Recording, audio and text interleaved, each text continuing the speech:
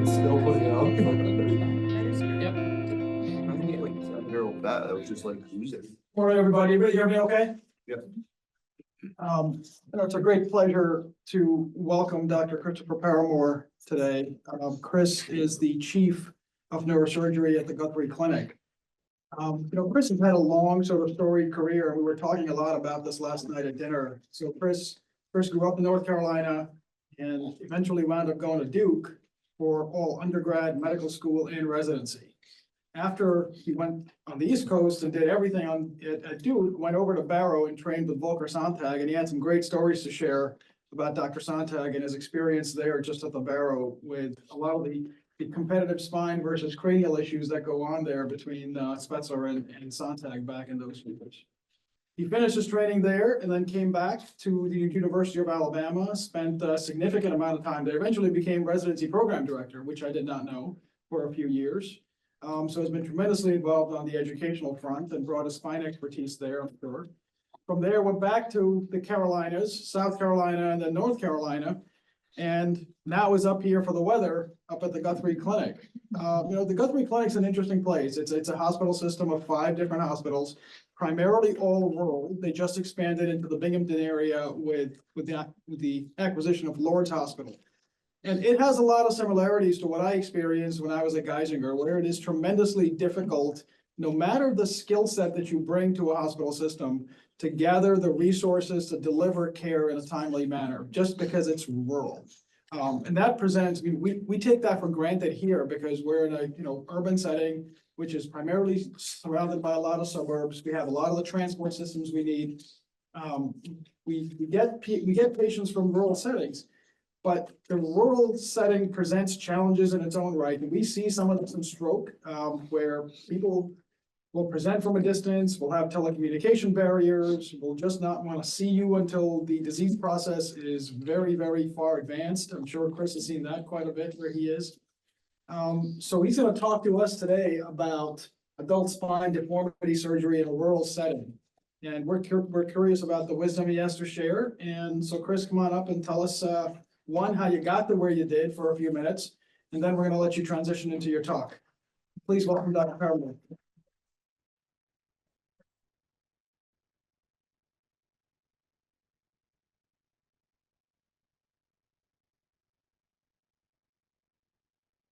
All right, is this working? Everybody can hear me okay? So it's a little embarrassing to be asked to spend 30 minutes talking about yourself. It's not something that comes naturally to me. So bear with me.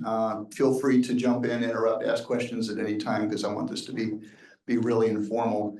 When I left academics many, many years ago, I didn't imagine I would find myself giving a grand rounds in front of an audience like this ever again. So it's really an honor to be invited to do so. And I hope I can impart a little bit of wisdom.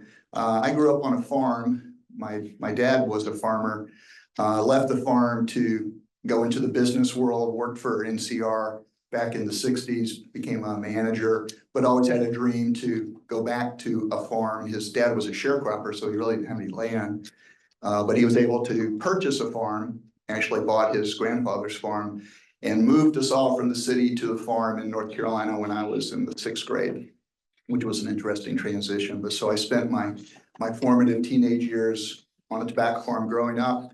Nobody in my family is in medicine. I don't know exactly why I was called to do it, but I just kind of always told everybody from the time I was about this tall that I wanted to be a doctor, never understanding that I was going to be a surgeon, because that didn't really click until several years into medical school when I realized if I had to do pediatrics, I would probably commit suicide. And after a surgery rotation at the VA in Durham, after one case, I kind of realized these are my people. And so started deciding what to do. I was fortunate enough to match at Duke and do my residency there under probably the second best surgeon I've ever personally worked with, and that would be Alan Friedman, and learned a great deal about how I practice neurosurgery here today. At that time, Duke had a split system where all of the instrumentation, such as it was back in the day, was done by orthopedics, and all of the decompressions were done by neurosurgery. I guess it was an arrangement that wasn't that unusual back in the day at a lot of institutions. This was really at the dawn of spinal instrumentation. So I always had a fascination with the mechanics of spine surgery. Didn't get to do a lot of it. Scrubbed in some with the orthopedists when they were doing the instrumentation part, because I thought it was interesting. But had a lot of experience with operative exposures in the spine. And the teaching at the time was very attending heavy. Attendings were somewhat reluctant to really let us go whole hog on cranial cases. And as a result of them, I just naturally gravitated to the things that I was doing more of. And so I got interested in spine instrumentation and decided I wanted to pursue that as a career. And I was fortunate enough to be invited to come out to Barrow to interview, and Dr. Sontag saw fit to let me come out for a year. So that was an interesting year. We were newly married with 3 young children, all under the age of 5, when we went out to Phoenix and got a very small apartment on the campus at St. Joe's, with a small little playground in the middle of the courtyard. My father-in-law liked to call it a woman's prison. It's what it looked like to him.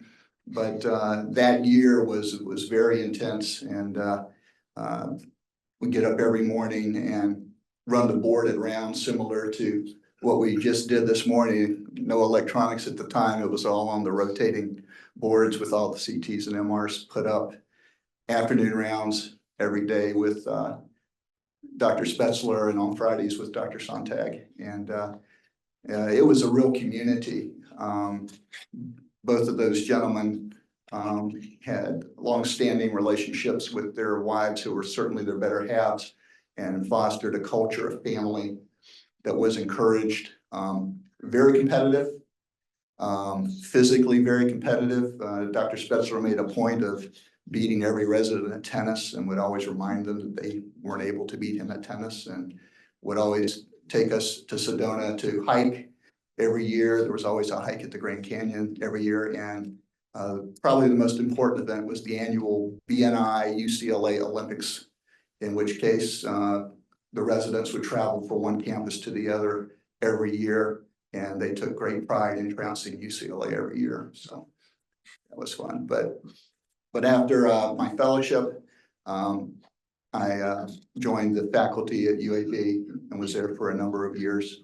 And I think what I can tell you about that is that when you're young, you can be impatient, and perhaps you don't realize what you've been given until it's too late. I mean, I left there after 6 years after building, I think, a very successful practice. And I just assumed that I would have the same success wherever I went. But what I didn't understand was how much the institution had been supporting me, and how my impatience perhaps led me to leave academics before I probably should have. So for you residents, what I tell you is to be patient, look around you carefully before you make decisions. By leaving UAB when I did, I probably opened the door out of academics, perhaps a little sooner than I should have. Another thing I would tell you is that you have to follow your passions. And when we're young, when we're in training, we have ideals about what it's like to be the ideal neurosurgeon, whether that's the leader of the institution, like Dr. Pilcher, or the physician investigator. But for me, I came to realize that my real passion was in day-to-day patient care, that my greatest rewards were seeing my patients in the clinic doing well, and that I really didn't like writing that much. And when I sat down in the afternoon to try to come up with my next grant proposal, the ideas just didn't flow out of me. And so that wasn't what I was built to do. And so you have to have the wisdom both to, appreciate the situation you're in, but at the end of the day, I think you have to go with your passions. So that led me to a very different world, and that is private practice. After a brief stint at UNC, I went into solo practice for 3 years and then ultimately joined a group in Florence, South Carolina, where we were very stable for 4 of us for a number of years. This is a very different paradigm than the academic medical center, because we were a corporation. We had 40 employees. We had a building. We had a business. And we faced the challenges of revenue streams in an era when payments to physicians were being cut back. And so we survived by not only negotiating contracts with insurance companies, but we also negotiated with the hospital for call reimbursement. We had a business with scanners and patients,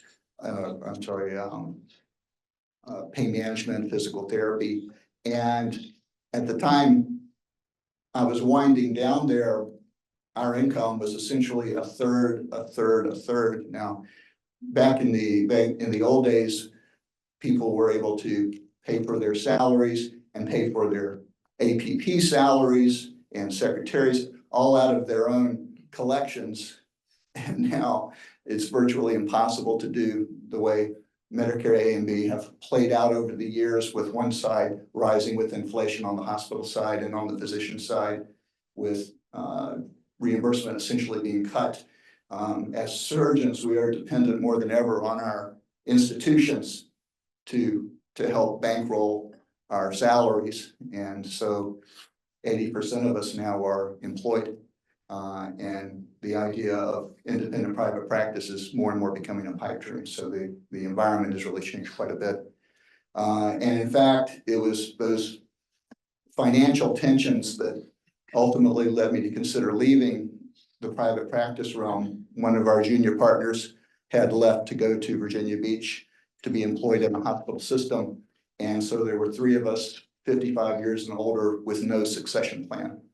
And that's a bit of a problem. And so as we could not come to a resolution about how to go forward with the business plan, I called my wife and, I said, well, He said, talk me off the cliff. Talk me off the Like, cliff. put me on. I think she said, what, you have a girlfriend? I said, no, I'm thinking of leaving. Oh, she said, oh, okay, that's fine.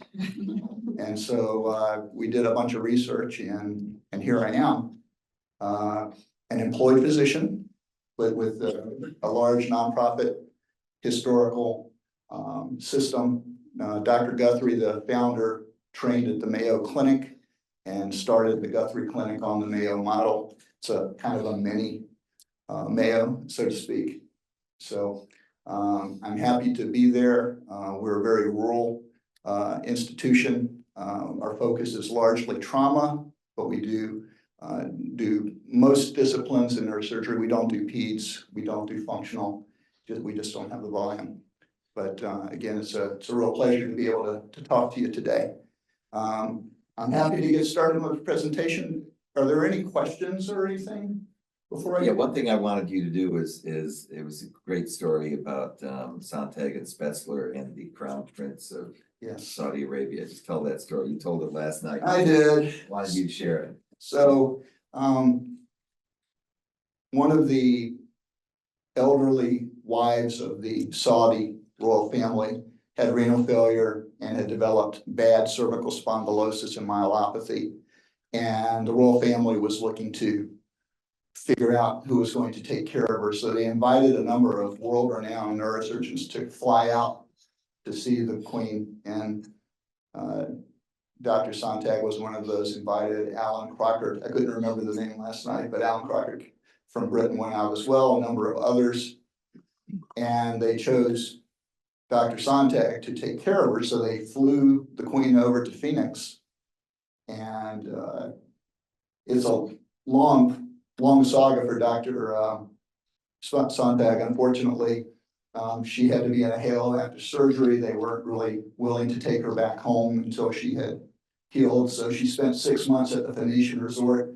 And after his day, he would have to stop by every day and check on her. And I think it put 5 years on him easily. It was very stressful. But prior to the surgery, we were having a visiting professor dinner. And I don't remember if this is when Nick Hopkins was there, but it was a visiting professor's dinner. And at visiting professor's dinner, all the residents and fellows were expected to attend with their wives.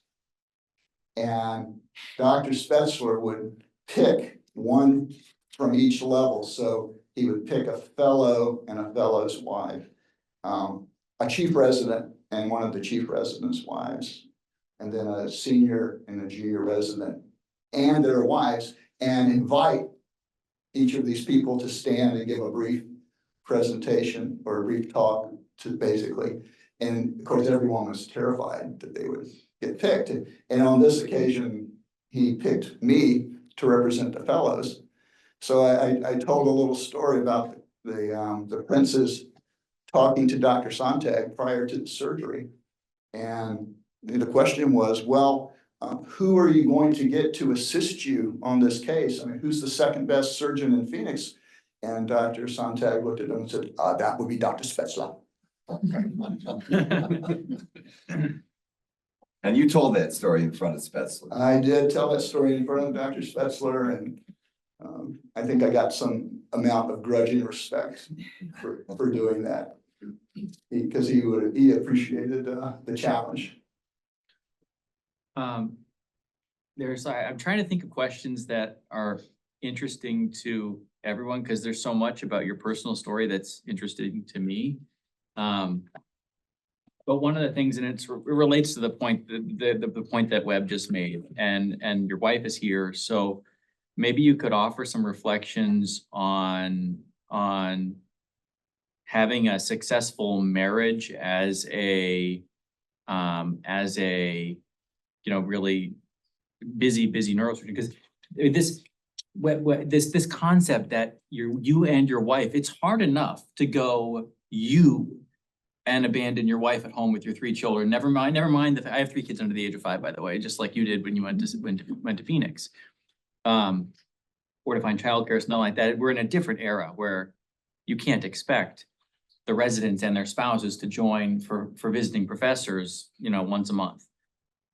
What allowed you guys as a couple to pull it off? And Well, I think it took profound dedication on my wife's part, for one. I remember Wing Fisher and I got to be good friends when I was at UAB, and we were always there until conference was over, which was most afternoons starting at 5 p.m.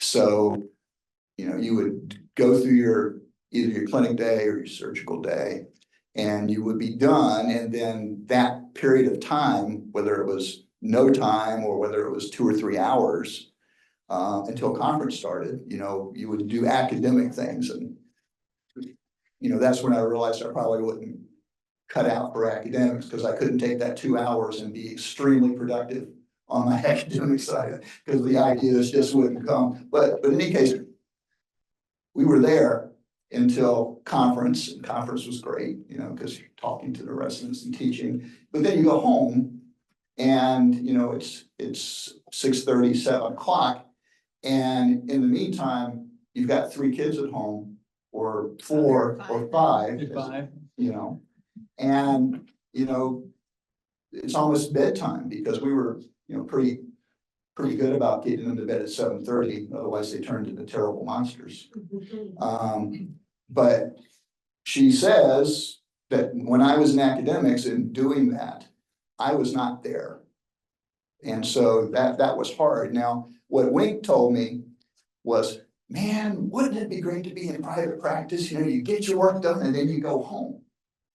And that's correct, because I think one of the things that probably helped me with the kids and with the family was making the move away from academics and going into private practice, because I'm a fairly efficient surgeon, And I was getting home in time for dinner. And able to spend more time with the kids as they started to get a little older.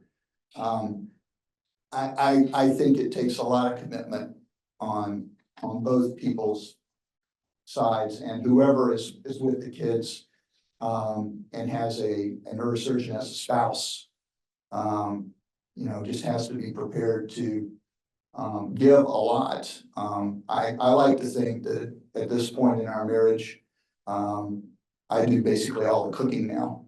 And I never asked her to make dinner because she would just look at me and laugh. Cause I did it for the first 25 years. That's He gets home with one. But I don't know that there's one answer to it. I just think it's a marriage, right? I mean, it's 100% on both sides. You know, the ability to compromise and to just have total dedication to the person that you're married to. I mean, it's difficult, but I mean, it's very Also lucky rewarding. that I was a nurse, so I kind of, well, I am a nurse, but Mhm. I kind of had an idea about what the surgeons were going through. We were in residency that's the part I saw, so I saw the hard part. Did you guys had a family when he was a resident? We had 3 kids. When we left Duke, our third kid was like 3 or 4 months old when we moved out to Arizona. I'm reminded of somebody who said to me one time, it's all relative.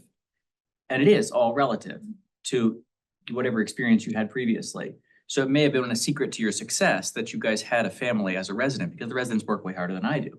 You know, like, if only your family. I don't think this resident I don't know agrees about that, with sir. you. If only your family could observe the fact that you once left at 5 AM and came home at 9 PM, then they could be grateful for the fact that you now leave at 6:30 and come home at 6:30, you know?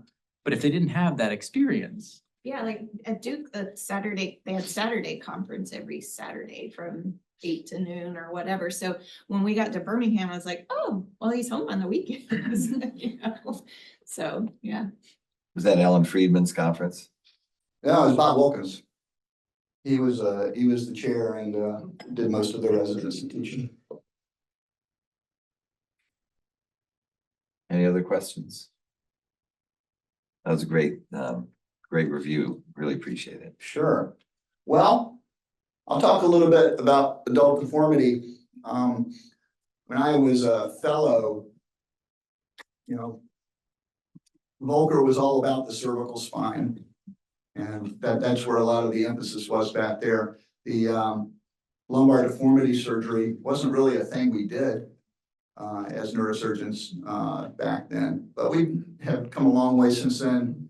And I think of people like Chris Shaffrey, also ortho neuro, who, you know, have brought this into our realm. And I tried to keep up and pick some things up over the years. So I wanted to talk about kind of the more difficult cases that I do now.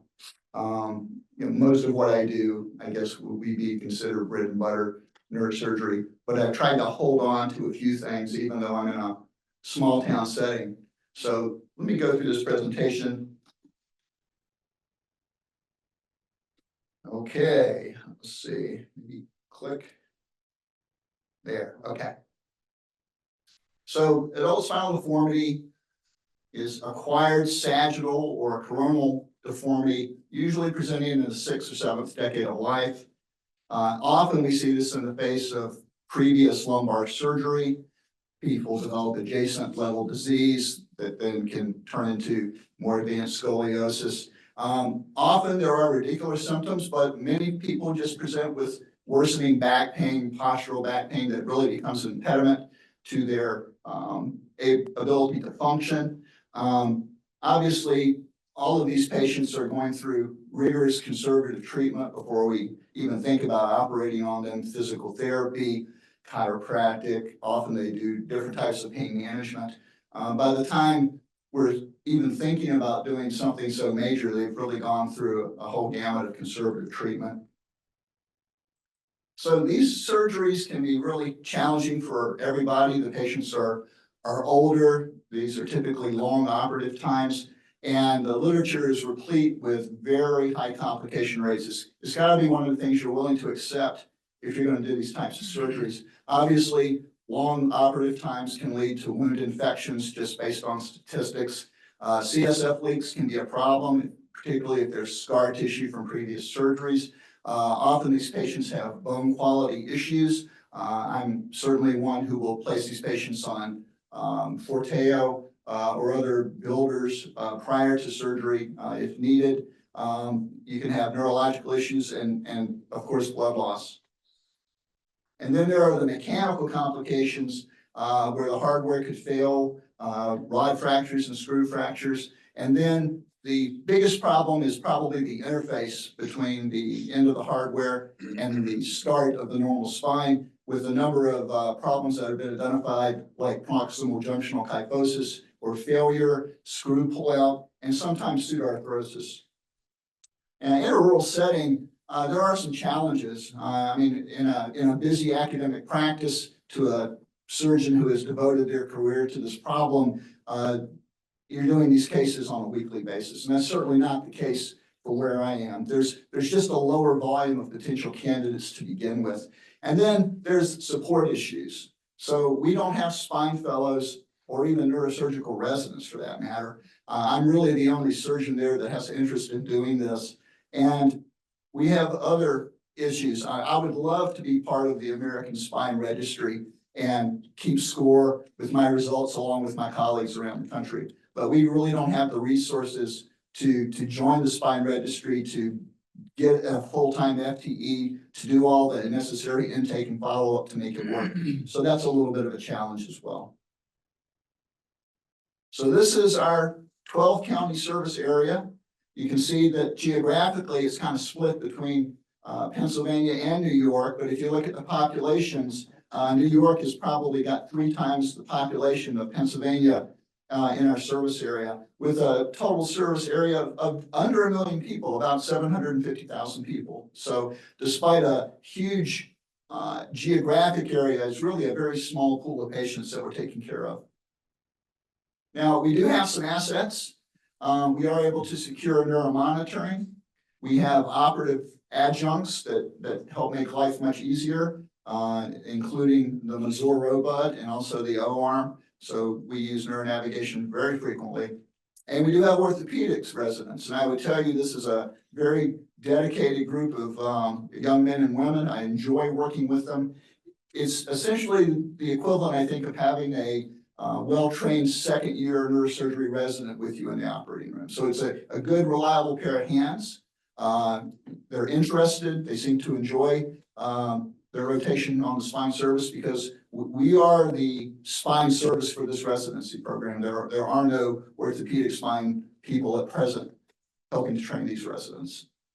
And we have a surgical program, residency program. So we have 4 full-time trauma attendings who are also ICU intensivists that help take care of our patients in the postoperative period. I want to speak briefly about the Mazor robot, because I found it to be very useful. The robot does not or should not change your surgical plan or your thinking about what you're trying to accomplish. What it can do is make you a more efficient surgeon, because you can plan out your screw trajectories ahead of time. Now, that may not sound very important, but you're really wanting your rods to be able to line up to help with your correction. And if you put your screws in one at a time without forethought, even if you're using navigation, you wind up with a jigsaw puzzle. But with the Mazor, it's easy to do a surgical plan well ahead of time to try to minimize the amount of energy it takes in the operating room. So what the robot does for me is reduces my mental stress during the operation. It allows me to concentrate on the deformity correction rather than the screw placement. And when I'm placing the screws with the robot, my mind can just kind of go blank and relax for a few minutes. I'm not worried about putting the screw in the wrong place. I'm not worried about hitting a nerve root.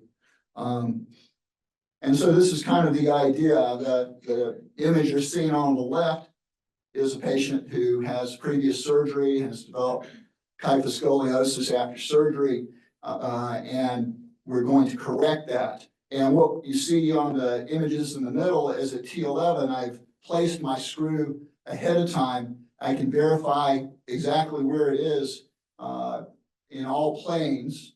And also on the image on the left, you can see how a virtual rod kind of lines up there. So I know when I'm done placing my screws, everything is going to line up fairly well. It's going to facilitate making a correction.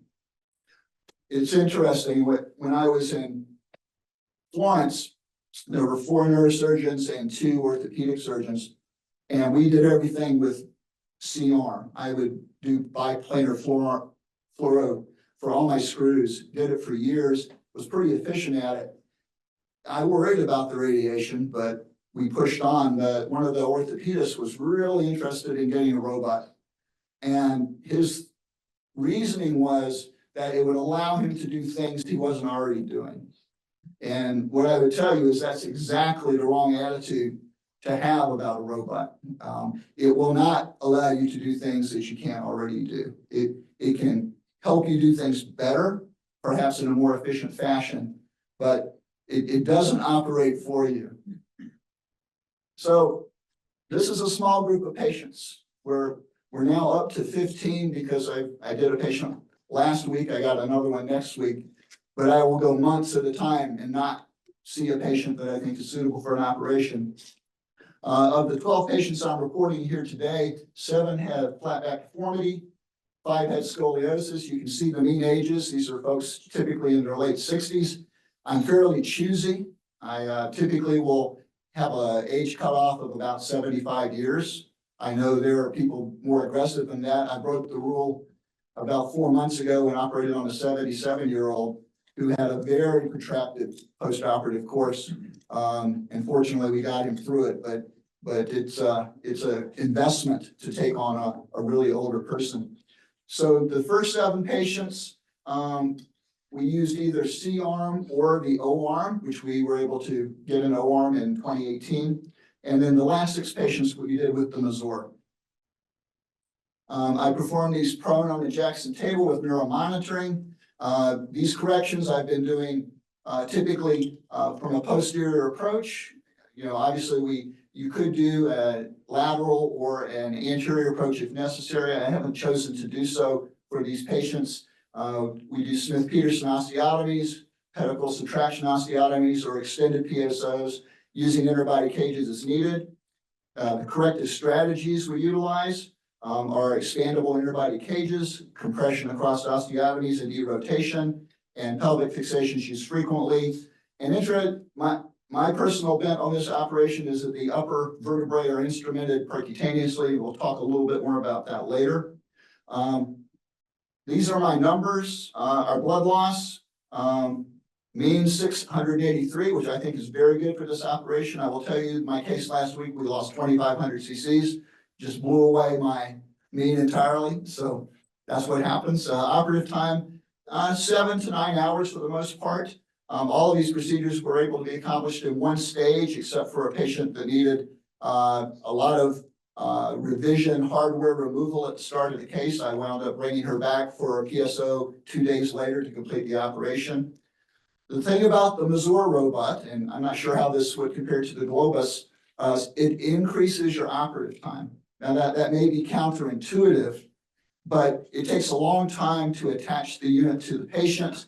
And then it has to be registered to the patient, and that all adds up to time. Now, once you're set up and you're going from screw to screw, bing, bing, bing, bing, bing, that moves pretty rapidly. But it does add time to the case, and you can see probably about half hour, 40 minutes on average longer than cases done just with the O-arm. We did 7 to 11 levels, mean of 9, and 10 patients received fixation to the pelvis. Length of stay really varies on how the patient's doing, what your complications are looking like. This is our numbers. 8 went home and 4 went to rehab. Complications, yes, have a bunch of complications. Had 4 dural tears, usually in the face of previous surgeries. One patient had a drain placed after the dural tear, unfortunately, had negative pressure and actually was very slow to wake up and was noted to have a small hemorrhage in the cerebellum. That's absolutely an iatrogenic complication on my part. The patient fortunately recovered. Some patients require transfusions. Clearly, the patient last week required transfusions. I broke an L5 pedicle trying to compress, resulting in a reoperation. We've had some hardware failure. I've gone to always doing dual rods on either side now after some early experience with a broken rod. Typically, broken rods are reported after pedicle subtraction osteotomies because of the tremendous stress on the segment. But in this case, it was simply a series of interbody fusions with a broken rod. So I double up everything now. 2 screw backouts, one of which resulted in reoperation. There was a patient where the upper end, for whatever reason, the screws, I'm sure through my own fault, was not connected properly. And most of the the forces on the upper part of the construct concentrated on the L1, and the patient suffered a compression fracture. And we had 2 wound infections. This gentleman, the 77-year-old I was talking about, woke up with unexplained hip flexor weakness. The potentials had been just fine. There was no evidence of any screw malplacement, but he just had a really weak hip flexor that fortunately resolved after about 3 months.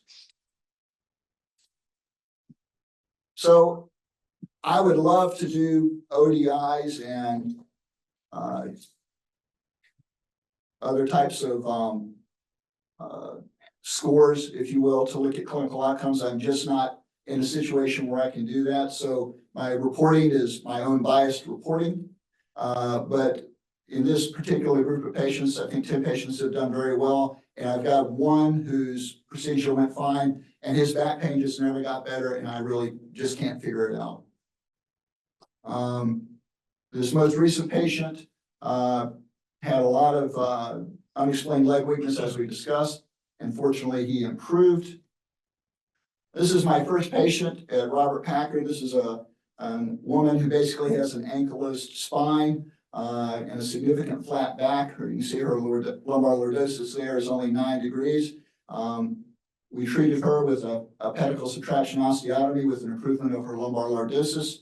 Her junctional kyphosis, which is, yeah, you can see that, basically is the angle from here to here, did increase from 2.5 to 14 degrees. That's important in scoring outcomes. This is a patient who had undergone previously this operation from L4 or L5 up to L2, and she had fallen off above the significant kyphosis as well as the scoliosis. And what we did for her was a series of Smith-Peterson osteotomies. Here, we weren't able to really do much with inner bodies. There really was not enough room, but after opening the disc space up enough to allow for derotation, we were able to correct her sagittal deformity quite a bit. And fortunately, she has done well. Her junctional kyphosis actually improved following this correction. In other words, the level above now is more lordotic than it was prior to the correction. This patient just has a primary degenerative scoliosis without previous surgery. You can see fairly pronounced kyphosis at the thoracolumbar junction. We were able to correct her using an expandable cage here, and these are basically banana-shaped cages here that are inserted and rotated, and we're able to generate a fairly good correction here. And this is an interesting patient who underwent a scoliosis repair in her thoracic spine when she was much younger. For those of you who don't recognize the hardware, this is a Harrington distraction rod and a Harrington compression rod. And at some point, she has fractured her Harrington rod, which isn't really the clinical issue. The issue is the scoliosis she's developed below. And we were able to correct her by doing a series of interbody cages with Smith-Peterson osteotomies and derotation here. And here, of course, we are just screwing into her previous fusion mass. So junctional integrity is really the heart of the matter when it comes to these patients. We worry about proximal junctional kyphosis. It's defined as a sagittal Cobb angle greater than 10 degrees and at least 10 degrees greater than preoperative measurement. A more profound problem is failure of the junction, and that's defined as an increase of the kyphosis of 15 degrees, fracture of the upper instrumented vertebra, that's the top one with the screw in it, or the UIB +1, which is the first uninstrumented level, failure of fixation, or obviously the need for proximal extended fusion. So in this particular group, we have 2 patients who acquired kyphosis that is more than 10 degrees of kyphosis or a change of more than 10 degrees. Fortunately, neither one had to have an operation. We had a number that met criteria for failure, and most of these were related to the hardware itself. We had an L1 fracture, again, related to interface problems of the rod and screw. We had 1 kyphosis related to the rod screw interface with rod breakage. We had 2 screws at the top that backed out, and one of these underwent operation last week, which I'll show you in a few minutes. So how are we doing? This is probably one of the best papers. It's out of the International Spine Study Group, looking at junctional kyphosis and failure over their entire database of patients. And what they were able to report was in this series of many patients, the rate of proximal junctional kyphosis was actually 48%. So almost half of all of their reported patients are showing at least 10 degrees of kyphosis at the top of the construct. With regards to failure, there was a 13% failure rate with 1/3 going on to revision surgery. In my series, it's kind of flipped. The incidence of kyphosis was 18%. So happy about that part. The incidence of PJF or failure was 36%, which is quite a bit higher than this 13%. And interestingly, in my cases, all of the failures were related to hardware failures rather than bone fractures or worsening kyphosis. So I guess what I'm saying is I've been fortunate. I haven't had catastrophic failures or incidences of thoracic myelopathy yet. So to conclude with this part, I think adult spinal deformity surgery can be performed safely in rural medical centers with results that approximate published norms. There's very high morbidity involved. You know, you really have to be ready to accept the fact that you're going to have bad complications. You have to discuss this with your patients and be very upfront with them about it. And obviously, careful patient selection is very important. So I want to talk a little bit about a pet project. Yes. Can I ask you about that experience that you shared? It's remarkable that you have the enthusiasm for that for that when there's sort of infrequent things. Do you have a vascular surgeon or some sort of an approach surgeon that you work with to do an A-lift? Because it seems like and also, do you believe that having an A-lift at the bottom of one of those long constructs in any way gives you more ballast? You know, it's sort of like what your pelvic screws are accomplishing.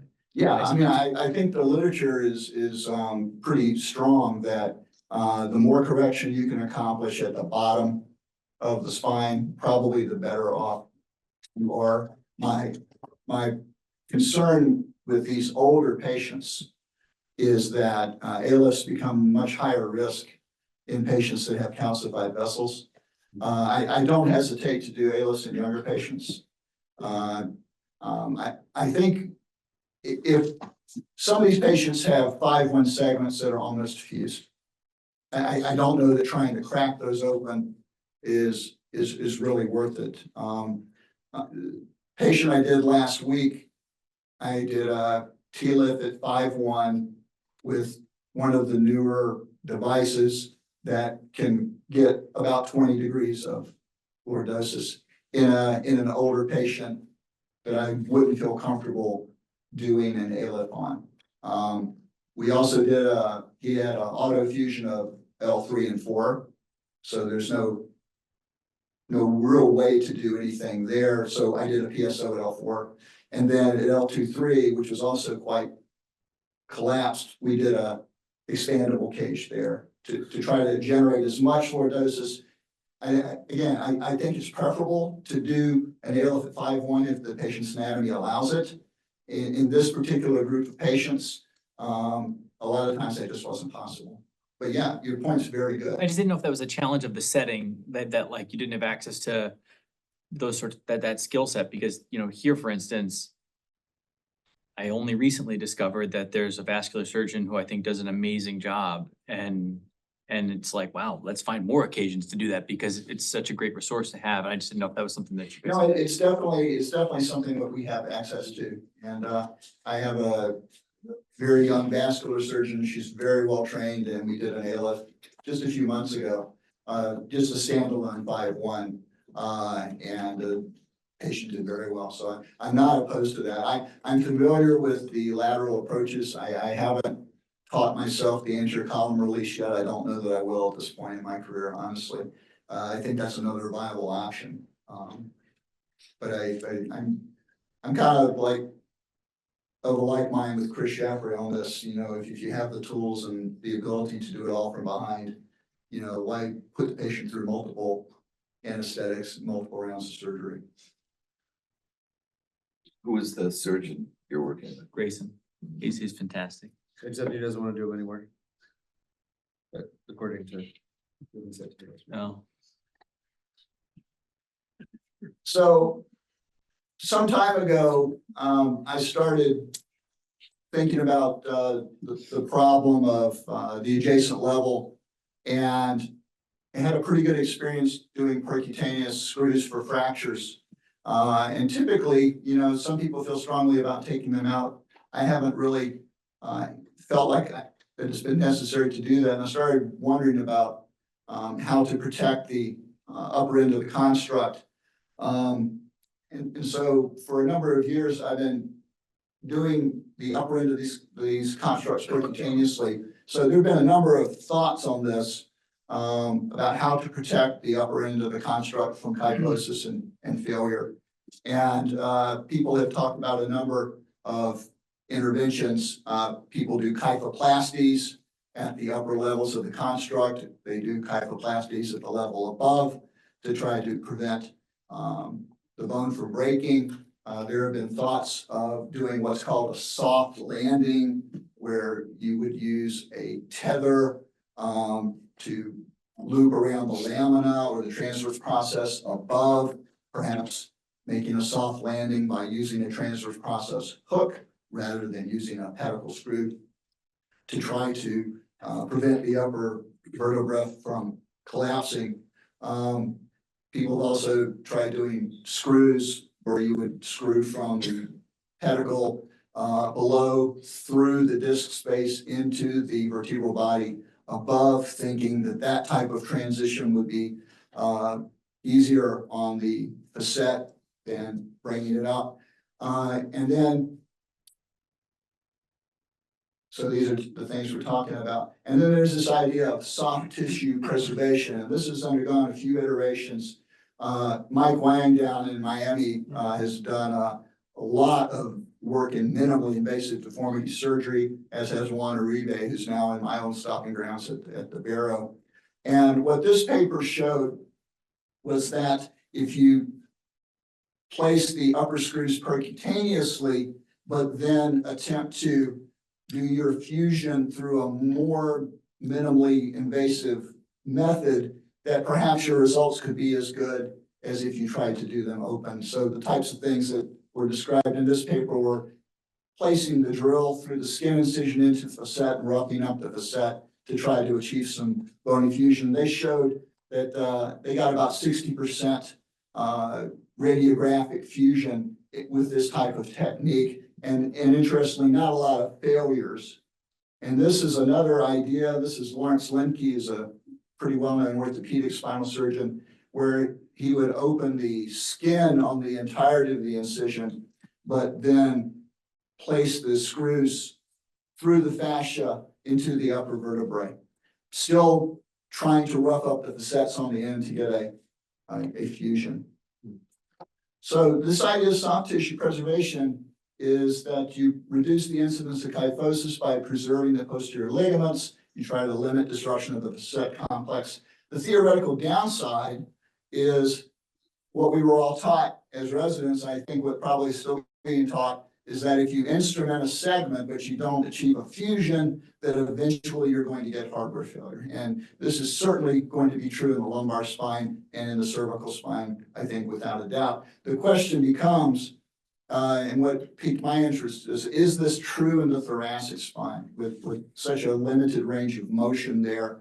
Is it really that important to do a fusion? So for these particular cases, most of the upper vertebrae, and this is a practice I started doing in Florence many years before, so we place these screws simply through very small incisions with the towers on the rods, and then when we finish the correction of the deformity, we slide the rod, just like you would do on a minimally invasive case, into these screw heads. The idea here is to limit the contact of anything with the facet joints in these upper instrumented levels. The screw heads are placed just clear of the top of the facets, so they're not impinging on the facets at all. And then after the correction is done, before the nut's placed in the upper level, we verify that there's no gap. I don't want the nut rather, to be pushing that rod down onto that upper screw. I want it flush when the nut goes on. So I'm trying to get as much control and not have a torque pushing up on that screw. So the idea is, are there trade-offs? And again, this is all my hypothesis. It's not proven. But if you're going to have a failure at the top of your construct, what do you want? Do you want the bone to fracture, either the bone that you have the screw in or the one above? Do you want a kyphosis that's going to be so significant you might develop myelopathy? Or are you willing to accept a hardware failure if that hardware failure doesn't affect the overall integrity of your construct? And my hypothesis in this was that the choice of your junctional instrumentation could influence the type of complication you would be more likely to get. So just to review, failure of fixation in the upper vertebrae by definition is a proximal failure, which in the general category of scheming these things is a bad thing. It's worse than just having a kyphosis. But in this particular series, we only had the 2 patients with kyphosis, and all of our failures were related to hardware problems. But interestingly, we didn't lose correction on anybody at the meat of the construct, and we didn't really run into any junctional failures that would create a mechanical or a neurological problem other than a loose rod or loose screw. And this is an example of a patient who underwent a PSO, and you can see we've got a screw back out at the top. One screw is still in place. One screw has backed out.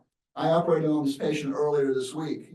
He's now about 2 years out of his correction. You can see he has not lost significant correction at the bottom, and his PJK went from 10 to 12 degrees, but technically he's a junctional failure because the hardware failed.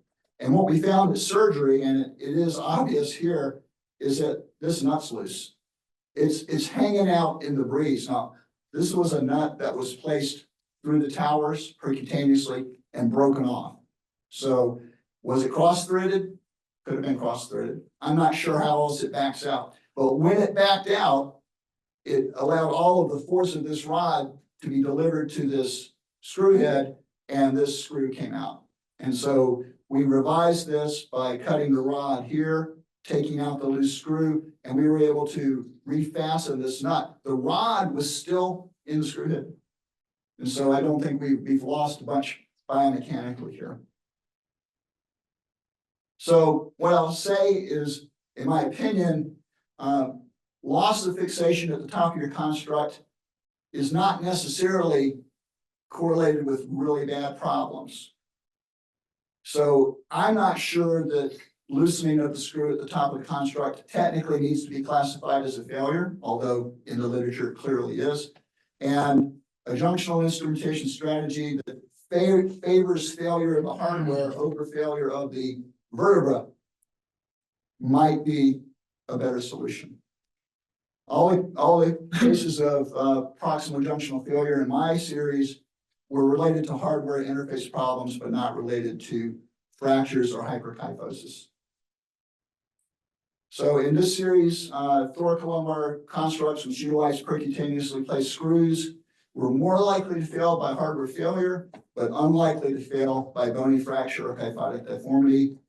And my overall incidence of kyphosis was less than the published series, so that I'm happy about. So that's it. I really appreciate your attention, and I would appreciate any questions.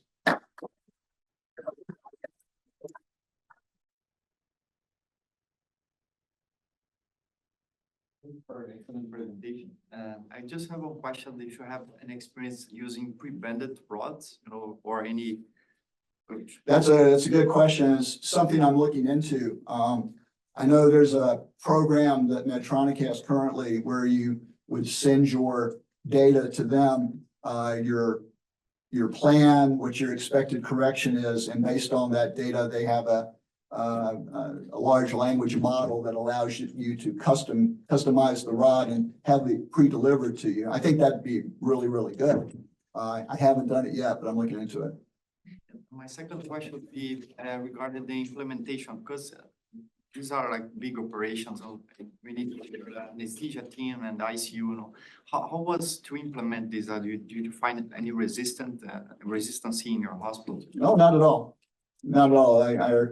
My trauma team, who are the ICU intensivists, have been very good about taking care of these patients. I mean, I've been fortunate. I haven't had any patients that have had any catastrophic medical complications that required anything really intensive. But the patient I had about 4 months ago had some sort of undiagnosed cardiac syndrome where he would develop bradycardia kind of idiopathically. And they were very good at helping to figure that out. And he ultimately wound up with a pacemaker, and that helped quite a bit. So, yes. As you made the transition from private practice now to an employed physician, obviously the economics of doing cases like this changes with that particular systematic change. Yep. Right, and we deal with this with implants in endovascular neurosurgery, where the cost of implants can be just outrageous, and the disposables. Yeah. Seeing the hardware there, that cost of the hardware, I'm sure is significant. And I'm wondering if you can comment on doing these cases in a private practice model like you had in South Carolina versus doing these cases as an employed physician. What have you noticed the difference in the economics and the conversations you're having with the hospital? So it hasn't been a big conversation, and I think largely because for me, these cases are still the exception rather than the rule. I do think the hospital probably takes a bath on some of these cases because the amount of hardware expenditure, meets or exceeds their allowable reimbursement for the code, right? And so, but I think I make it up with other procedures that typically do generate more revenue for the hospital. I think if I were doing this at an academic center where this was my bread and butter case and I was doing this every week, I'm sure we would be having a conversation because then it becomes a matter of mission, right? I mean, that there are things that we do, particularly in an institution like this that, may not make money for the institution, but they're part of the mission and everyone understands that. But I never got huge pushback, but again, I was always doing these as the outlier and not the main course. And your point's well taken, it's a very good point. You talked about patient selection and doing that carefully. I'm kind of curious what that means. You have a 78-year-old or 70, let's say 4-year-old person. I assume these patients are rather desperate in terms of the amount of pain they're in, their inability to stand up straight and to walk normally. What does a good candidate look like from a psychological standpoint, from, you know, a physical performance standpoint? Well, I mean, a lot of it, I think, is the sniff test. I mean, I'd like to be more specific than that, but if they look like they're straight shooters, obviously you can find out fairly quickly whether or not they are using a lot of narcotics. And if they are, I pretty much insist that they come off the narcotics before even considering the surgery. And, you know, and those that, you know, are committed to process will, and those that aren't, you know, they won't, and that's fine. But, you know, I think they have to be fairly healthy. You know, I'm not sure I would do this on anybody that had an oxygen requirement or, you know, a bad heart.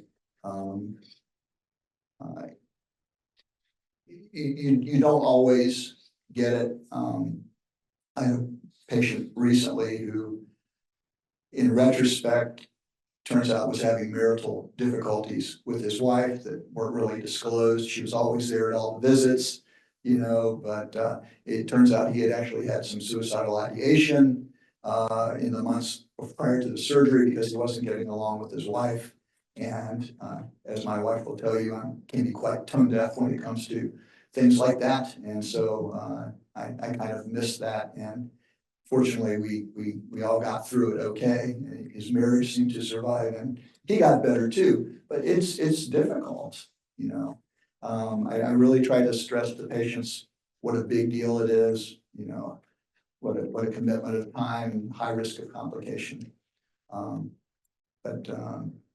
But mostly, you can kind of tell when they walk through the door, you know, that this patient is suffering from decompensation of their curve. They're either way over or way over like that. You make sure it's not their hips, you know, because patients often have coexistent joint disease as well as their back problems, and you don't want to be treating their spine when it's really an orthopedic hip issue, something like that. Yeah, we often think of, you know, spine fusions as cascading problems in some ways, and, you know, you're showing us flat back deformities that now are going to 210 or higher, and what's the next part of the cascade? You know, we're putting an awful lot of metal in people, you know, over the past 20 to 30 years, not just you, but the community at large. And I'm just curious if you're trying to anticipate in your experience, what's gonna happen next with these longer segment fusions that are floating out there? Well, I mean, I'll be curious to see the long-term data. The data we have now suggests most of the problems that occur with these procedures occur within about a 2-year window. If the kyphosis is going to occur, it's going to happen fairly soon. Some papers say even within a matter of months, you can kind of determine whether you're going to have failures or not. So I don't know if there is a successful fusion to the safety tent and you don't run into problems in the next 2 years. And this patient is now 74, 75 years old. It could be we're setting ourselves up for a whole bunch of 80-year-olds that are in dire straits at that point. I'm not sure what we do at that point.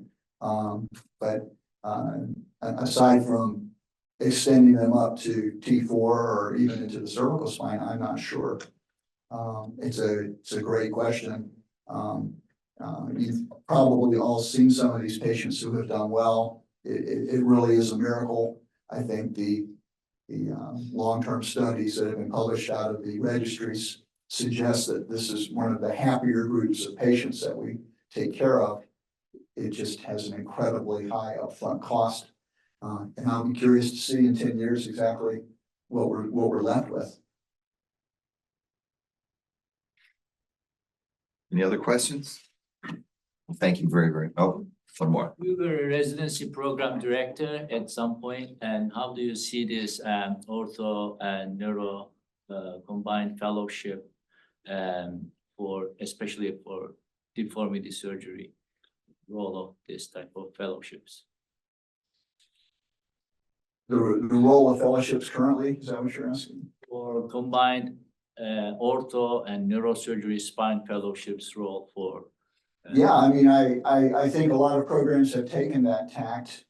I think it's institution specific because I think there's still institutions who are very orthopedic driven and will remain that way. You know, the orthopedists have their own special interest here because they can't really become spine surgeons unless they go through an approved orthopedic spine fellowship. Whereas neurosurgeons are a bit different. Theoretically, any of us after training could hop right out and start doing deformity surgery if you so choose, although probably few do. So I think because of that, you have all sorts of different programs that have sprung up around the country. The landscape is very, very different than when I was coming through because there were probably only 2 or 3 or 4 programs that I would consider doing a fellowship with when I was coming out of training, and now there's probably 100 places you could go. So it's just a very different landscape.